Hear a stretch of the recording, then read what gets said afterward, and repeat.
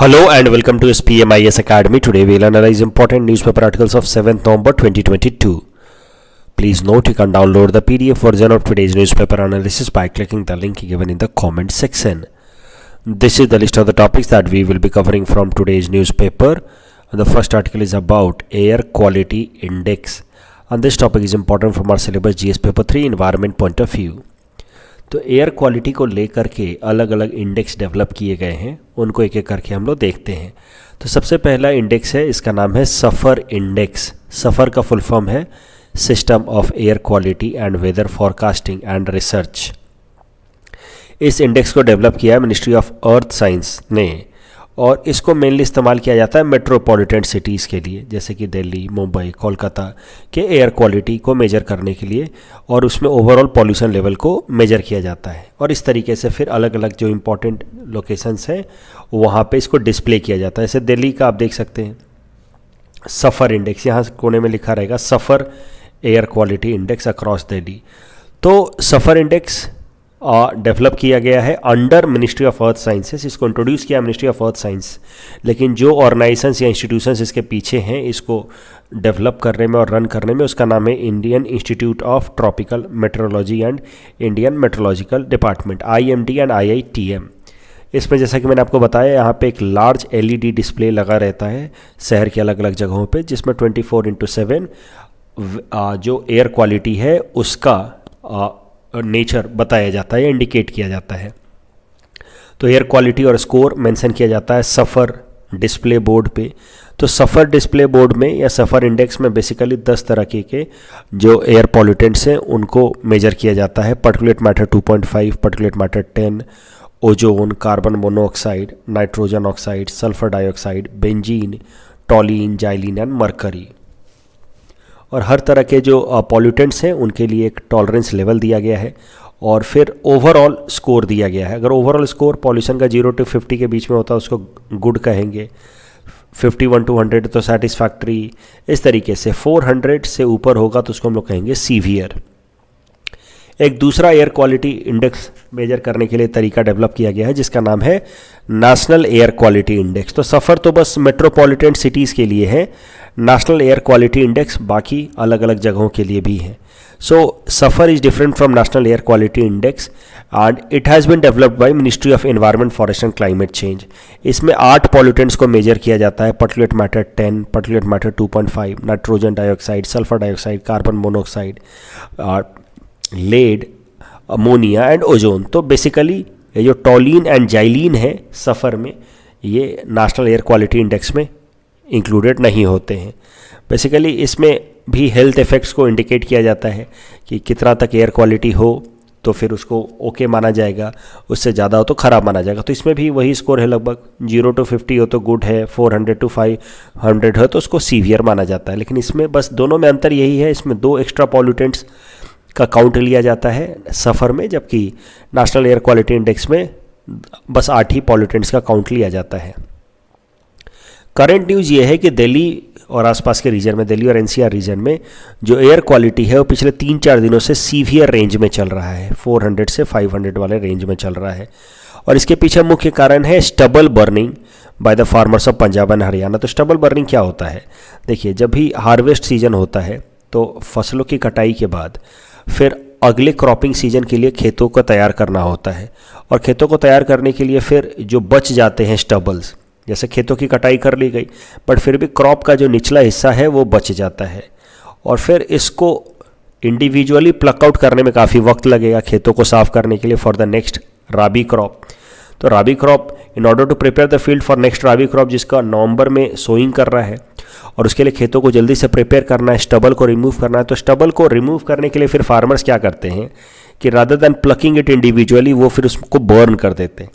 और बर्न करने से होता क्या कि बहुत ज़्यादा स्मोक रिलीज होता है, और ये स्मोक दिल्ली और आसपास के रीजन में इकट्ठा हो जाता है, जो वहाँ के फॉग के साथ मिल करके स्मॉग का प्रॉब्लम क्रिएट करता है. Fog plus smog lead to creation of smog, and this smog creates a lot of haziness in the air around Delhi, और इस कारण से एयर पॉल्यूशन सर्दी के दिनों में काफ़ी बढ़ जाती है। और बेसिक ज्योग्राफी क्लासेस में आपने ज़रूर सीख रखा होगा कि टेम्परेचर इन्वर्जन के कारण हेवी फॉग बनना शुरू हो जाता है। तो जिस तरीके का फॉग आप दिल्ली में देखते हैं, इस तरीके का फॉग आप नहीं देखेंगे इन कोलकाता और Mumbai, because of the maritime impact on the local atmosphere. तो वो ओशन के पास हैं कोलकाता और मुंबई, इसलिए वहाँ पे फिर टेम्परेचर इन्वर्जन का कंडीशन नहीं बनता। लेकिन दिल्ली चूँकि कॉन्टिनेंटल टाइप ऑफ क्लाइमेट है, तो वहाँ पे टेम्परेचर इन्वर्जन भी हो गया, प्लस स्मोक भी रिलीज हो गया। टेम्परेचर इन्वर्जन के कारण फॉग आ गया, और फिर आसपास में स्टबल बर्निंग के कारण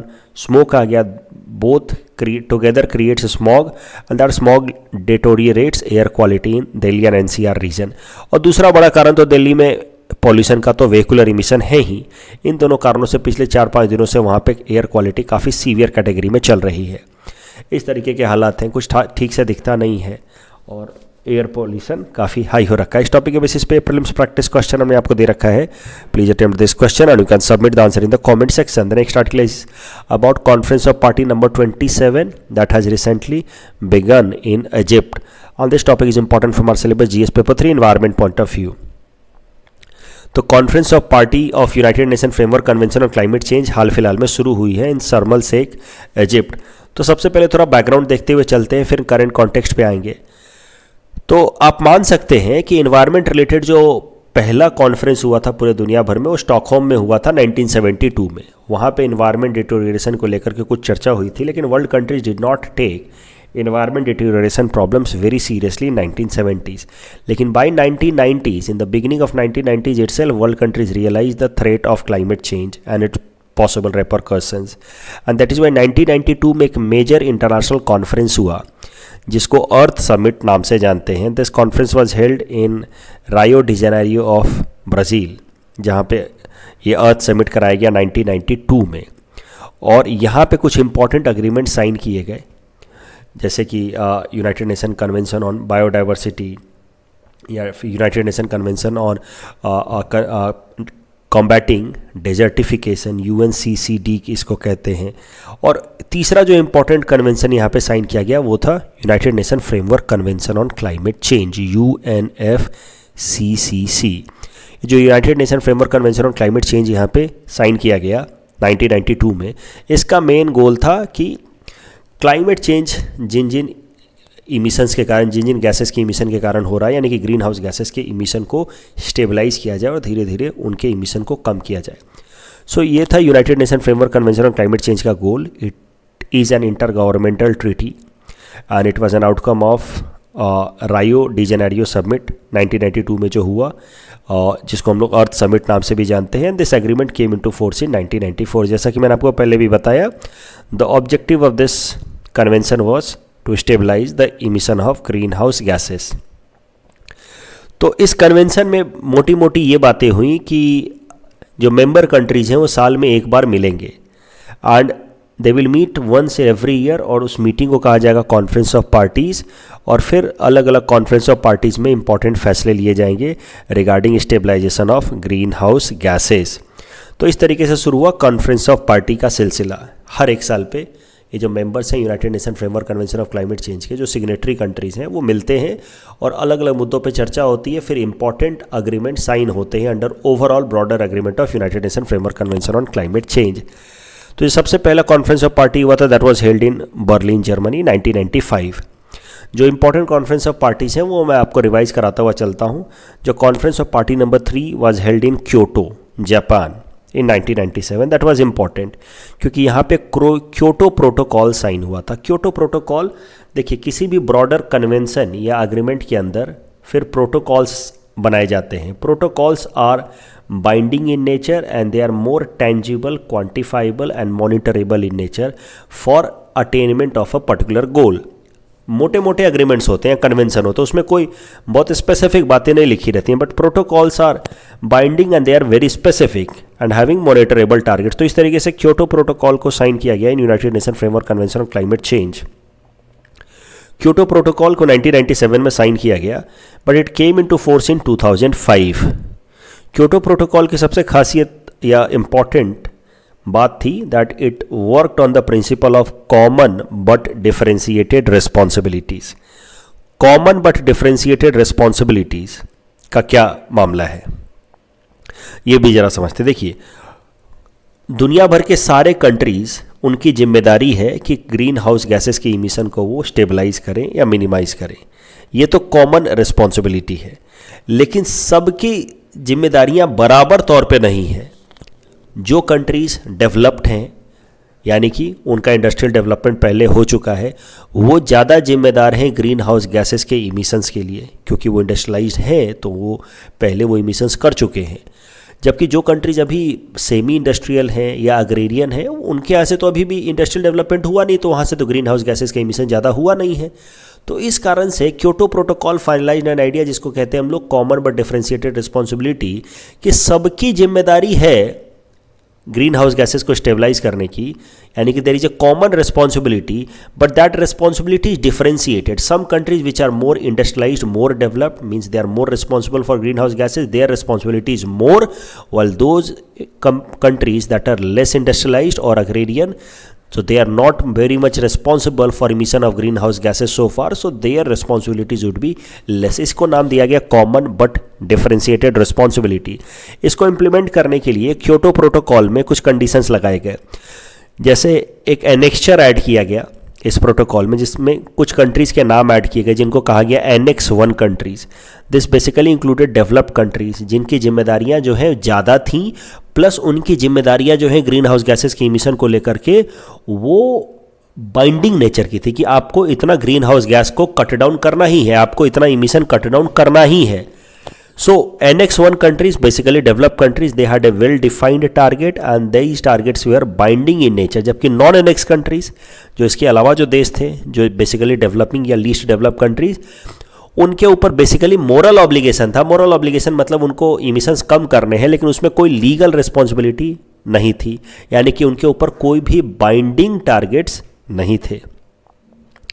अब ये जो फीचर था ना common but differentiated responsibility, that became one of the biggest factor or reason behind failure of this Kyoto Protocol, क्योंकि कई सारे developed countries like US and all, they started protesting the idea of common but differentiated responsibility. They wanted all the countries to participate equally, and this is how many countries pulled out of this Kyoto Protocol much before its overall implementation, and that is how Kyoto Protocol remained partially successful. It was not very successful because countries like US and Canada criticized Kyoto Protocol for its idea of differentiated responsibility. They believed that countries like India and China that are high emitter countries, they lead to high greenhouse gas emission. अगर overall emissions की बात की जाए तो they are first and third largest emitter, yet since they are in the developing group, they are non-annex group, they do not have any legally binding commitments for green house gas emission. तो ये गलत है, US को ऐसा मानना, US ने ऐसा argue किया, कनाडा ने ऐसा आर्ग्यू किया, दे pulled out of this the Kyoto protocol, and that is how Kyoto protocol was not very successful. इसीलिए जब क्योटो प्रोटोकॉल, देखिए क्योटो प्रोटोकॉल पहले फेज में इंप्लीमेंट हुआ फ्रॉम 2005 टू 2012 और दूसरे फेज में इंप्लीमेंट हुआ 2012 टू 2020, जिसको हम लोग क्योटो प्रोटोकॉल नंबर 2 भी कहते हैं, KP2, क्योटो प्रोटोकॉल 2 2012 टू 2020। तो जब क्योटो प्रोटोकॉल 2020 में लैप्स हो रहा था तो वर्ल्ड कंट्रीज ने डिसाइड किया कि अब कॉमन बट डिफरेंशिएटेड रिस्पॉन्सिबिलिटी का आइडिया को हम लोग छोड़ देंगे and we will adopt a new approach which will be known as approach of self commitment. Self commitment means every country will make their own commitments regarding cutting down on green house gas emissions. हर country अपना अपना खुद commitment करे, खुद से commit करोगे तब तो कम से कम उस टारगेट को अचीव करने की कोशिश करोगे। नो कमिटमेंट और no targets will be imposed from outside, that was the idea of self commitment, और इस आइडिया को नाम दिया गया INDC, intended nationally determined contribution. Every country should determine their contribution on their own, no external imposition of target should be there on any country. और फिर इस idea को क्योटो प्रोटोकॉल तो वैसे 2020 में लैप्स होने वाला था, लेकिन 2020 के बाद किस तरीके का ग्रीन हाउस गैस इमिशन के लिए स्ट्रक्चर रहेगा वर्ल्ड वाइड, उसको फाइनलाइज किया गया in conference of party number 21 that was held in Paris 2015।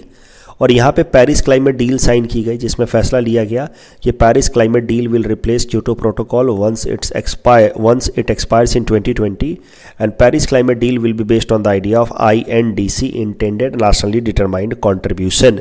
Every country will make its own commitment. So likewise every country has made its commitment and now countries are moving in that direction to attain those commitments. Paris climate deal ने ये भी target रखा है कि हमें pre industrial era से overall bye the year 2100 overall atmosphere का temperature 2 degree Celsius से ज़्यादा आगे बढ़ने नहीं देना है। तो मतलब मोटा मोटा आप कह सकते हैं कि 1870 में जो एवरेज टेम्परेचर था हमारा एटमॉस्फेयर का और बाय द ईयर 2100 उन दोनों के बीच का डिफरेंस 2 डिग्री सेल्सियस से ज़्यादा नहीं होना चाहिए, otherwise it will be catastrophic in nature. Her country को इसके लिए रिक्वेस्ट किया गया कि आप अपने लेवल पे ज़्यादा से ज़्यादा कंट्रीब्यूशन करें और फिर ग्रीन हाउस गैसेस के स्टेबलाइजेशन में या कटिंग डाउन में कंट्रीब्यूट करें। इंडिया ने अपना INDC प्रपोज किया। पिछले साल जो कॉन्फ्रेंस ऑफ पार्टी नंबर 26 हुई थी ग्लासगो में, उसके बाद इंडिया ने अपना INDC को फर्दर अपग्रेड भी कर दिया। तो जो हमने अपना INDC प्रपोज किया था उसको हमने फर्दर अपग्रेड कर दिया है। तो हमारा INDC अब कैसा है वो ज़रा देखते हैं। हम लोग इमिशन इंटेंसिटी को रिड्यूस करेंगे by 45% by the year 2030 with respect to 2005 level. Emission intensity is defined as overall emission per unit GDP.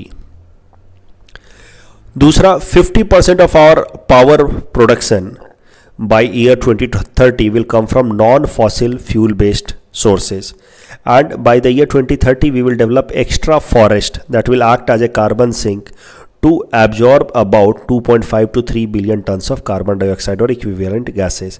And India is also focusing on life movement. A life movement is a movement where in general people will be motivated to adopt such a lifestyle which will cut down the greenhouse gas emission. Means for example more and more use of bicycle or saving energy, electricity like that. तो ये सब life movement का हिस्सा होगा जिससे लोगों के काम काज और तौर तरीक़ों में बदलाव लाया जाए ताकि ग्रीन हाउस गैस इमिशन को कट डाउन किया जाए।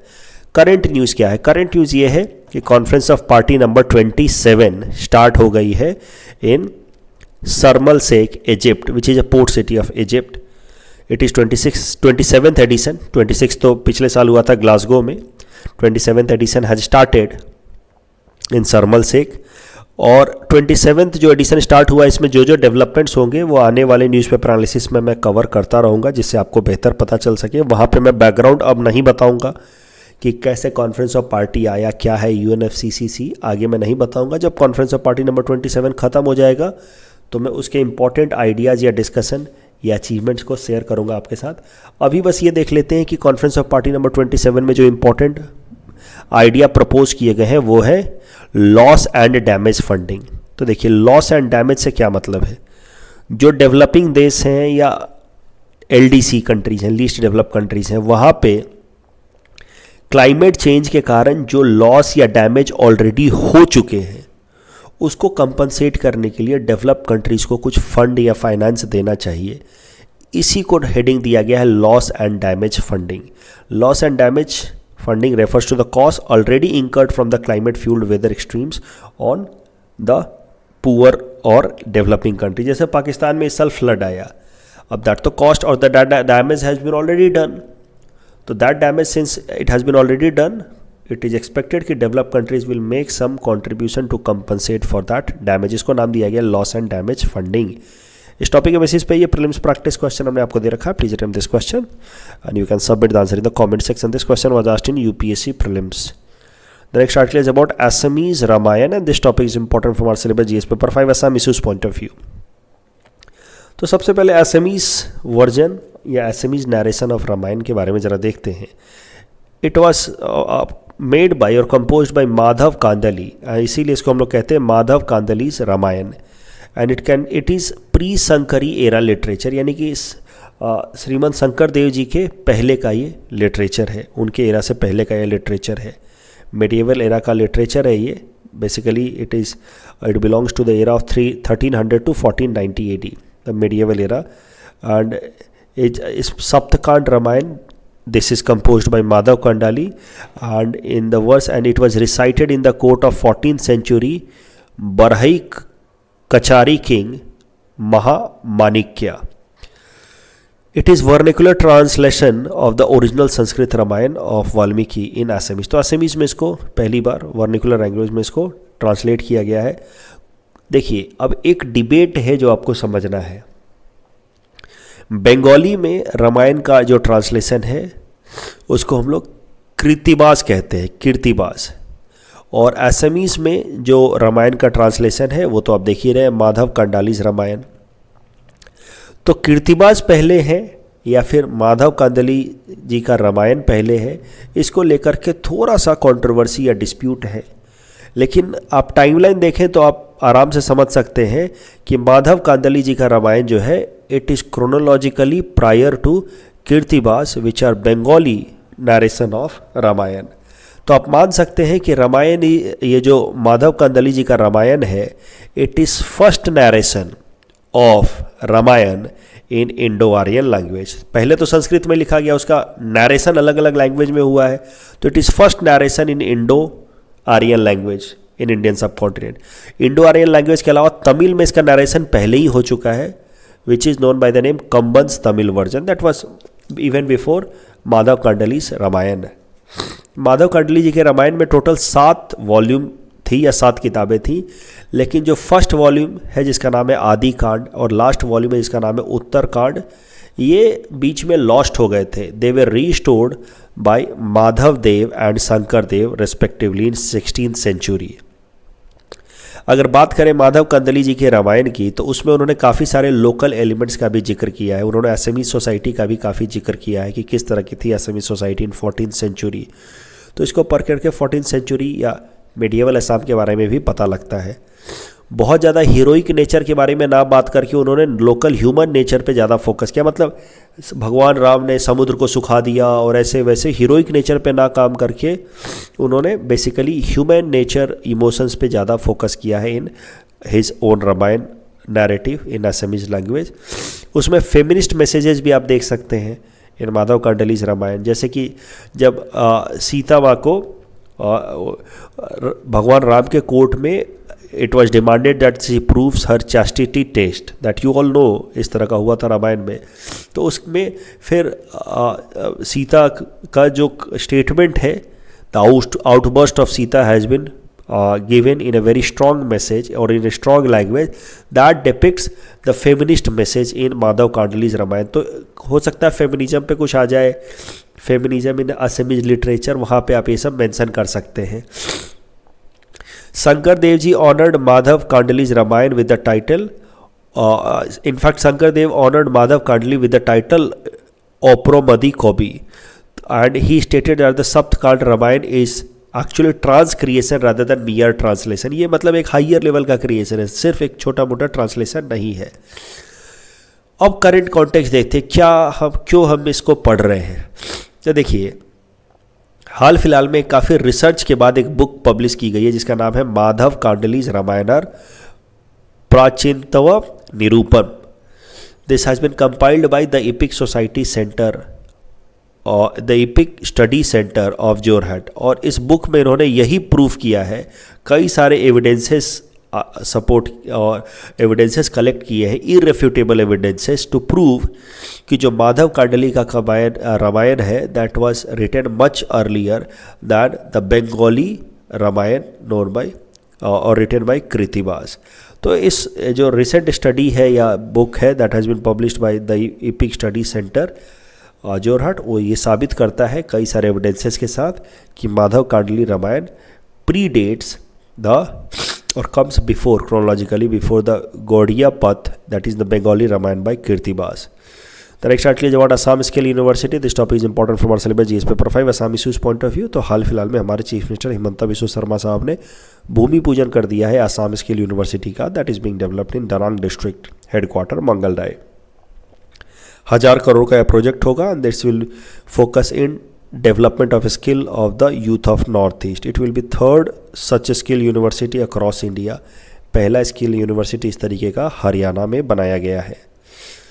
कल जो हमने आपको प्रैक्टिस क्वेश्चन दिया था उसका आंसर देख लेते हैं। आर्टिकल 142 से रिलेटेड जो करेक्ट आंसर है वो ऑप्शन बी है, the supreme court in India is not constrained by the exercise of powers lodgement by the parliament.